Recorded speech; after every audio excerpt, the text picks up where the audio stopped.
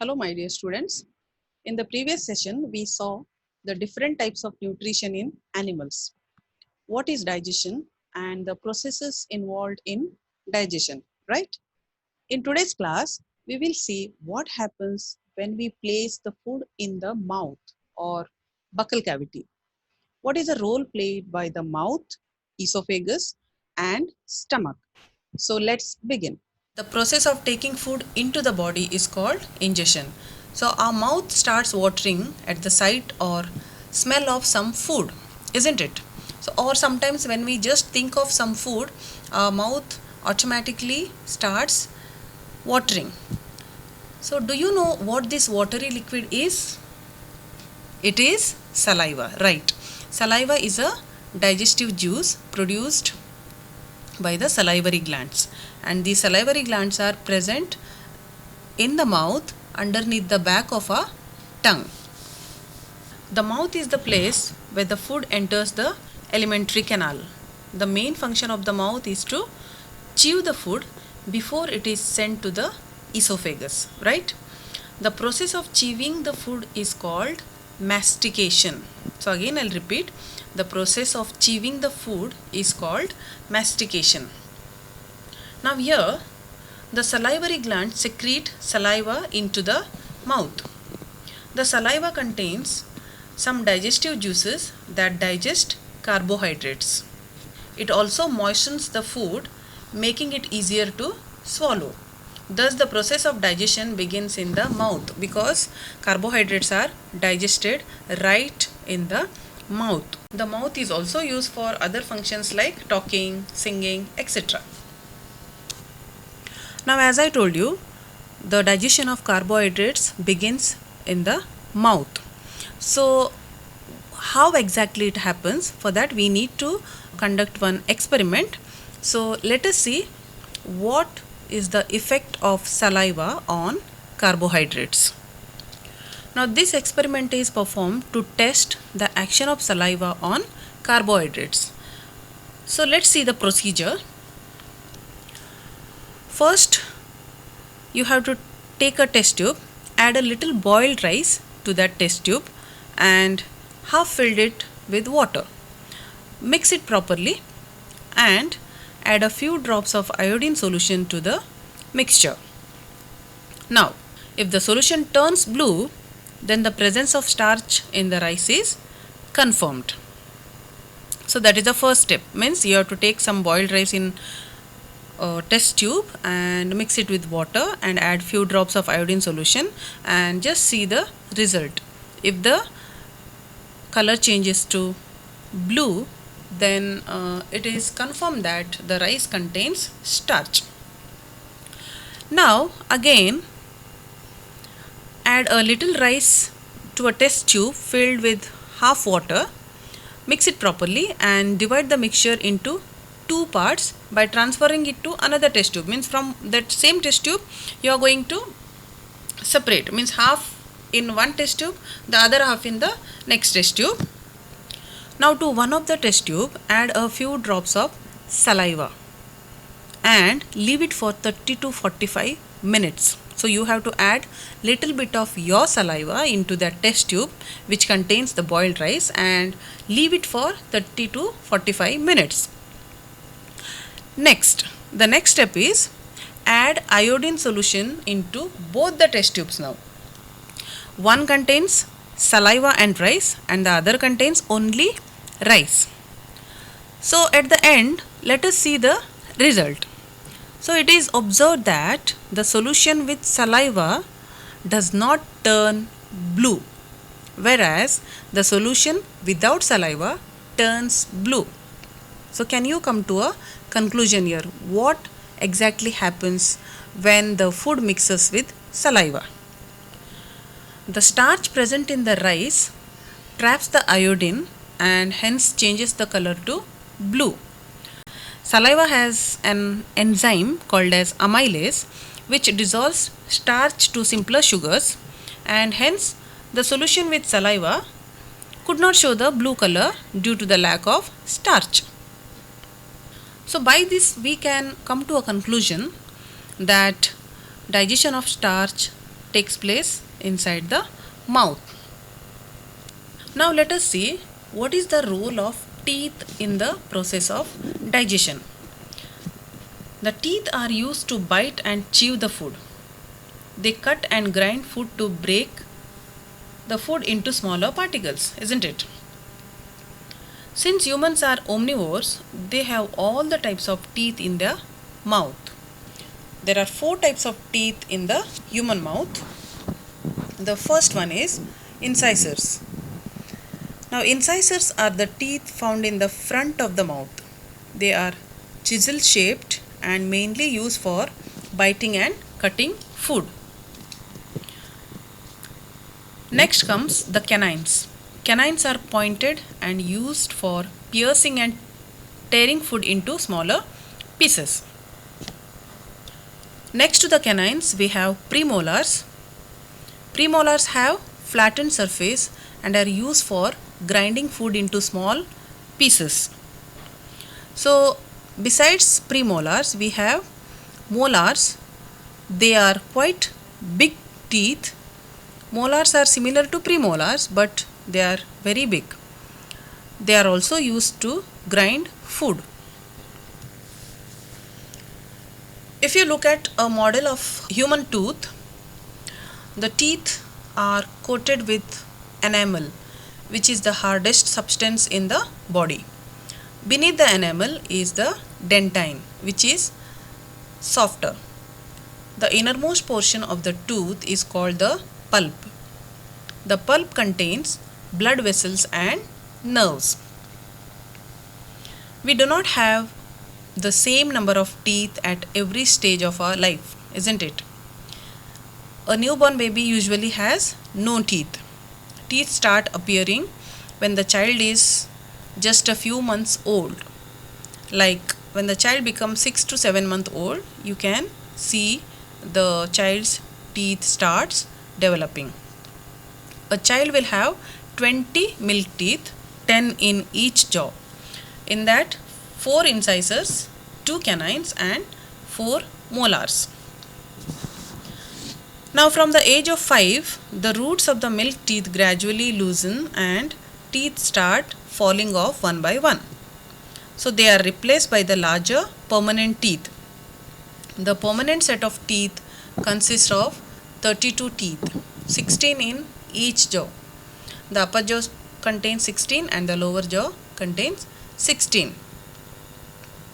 Now, on each side of the jaw, there are 2 incisors, 1 canine, 2 premolars and 3 molars.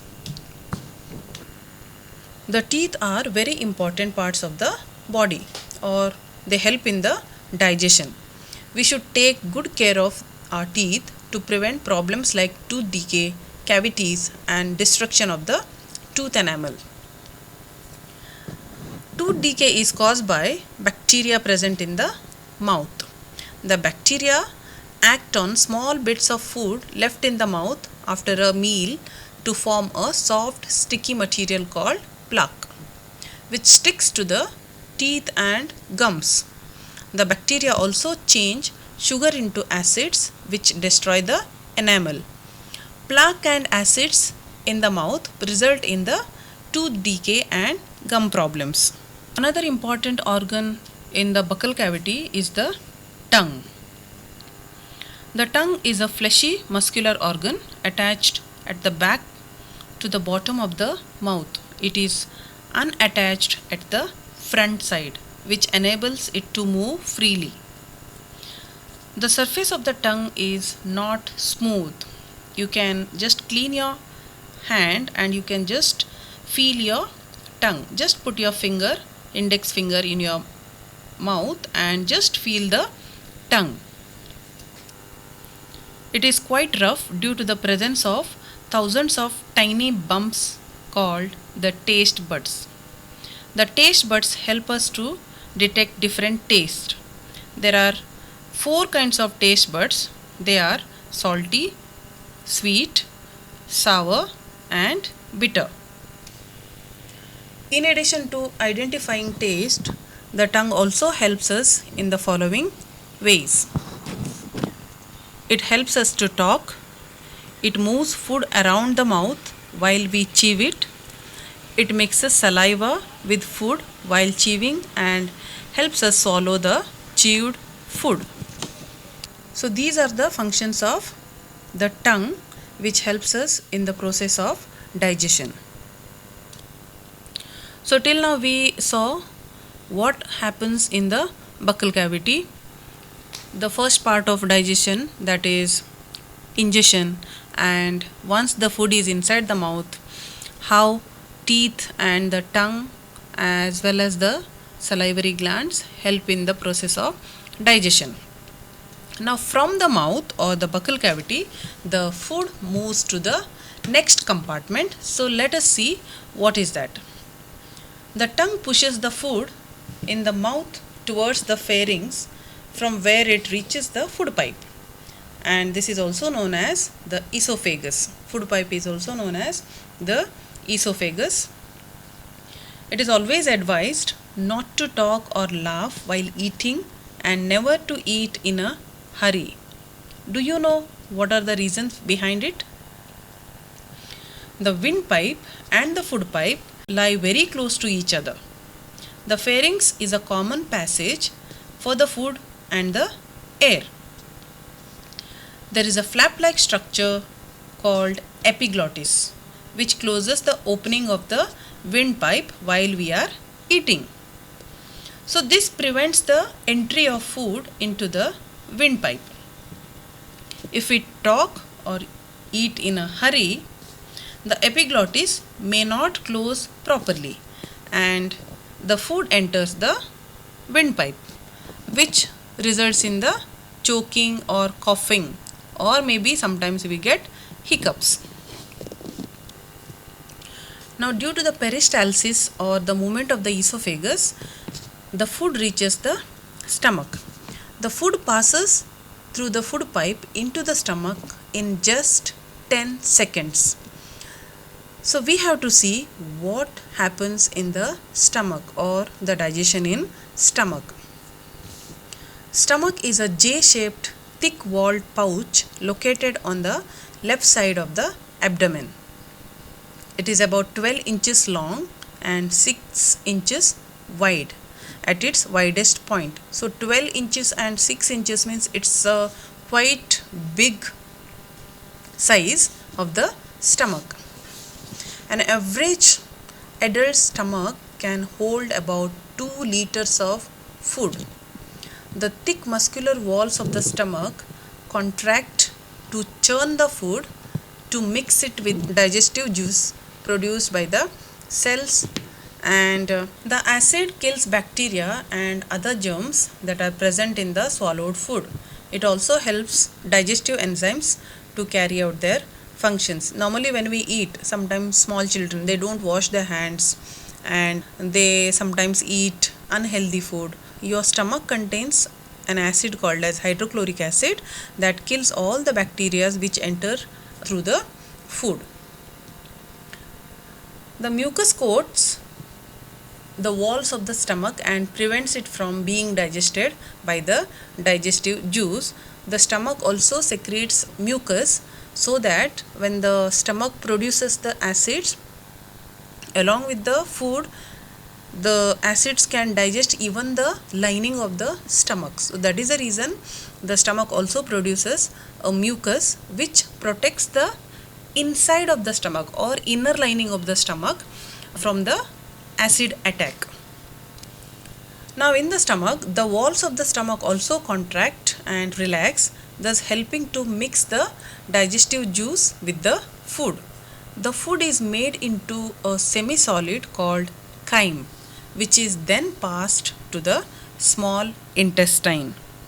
So half of the digestion is done in the stomach. So from the stomach, the food passes through the small intestine. I hope you have understood what happens in the mouth and how teeth, tongue, and salivary glands help in the process of digestion. In general, food takes 24 to 72 hours to move through your digestive tract. The exact time depends on the amount and the type of food that you eat. The rate is also based on the factors like your gender, metabolism, and whether you have any digestive issues that could slow down or maybe speed up the process of digestion. Your digestion rate is also based on what you eat. Meat and fish can take as long as 2 days to fully digest. The proteins and fats take longer time for the digestion, whereas fruits and vegetables, which are high in fiber, can move through your system in less than a day. In fact, these high fiber foods help your digestive tract run more efficiently. So that's all for this class. I will send a link, open the link and watch the video and have a great day.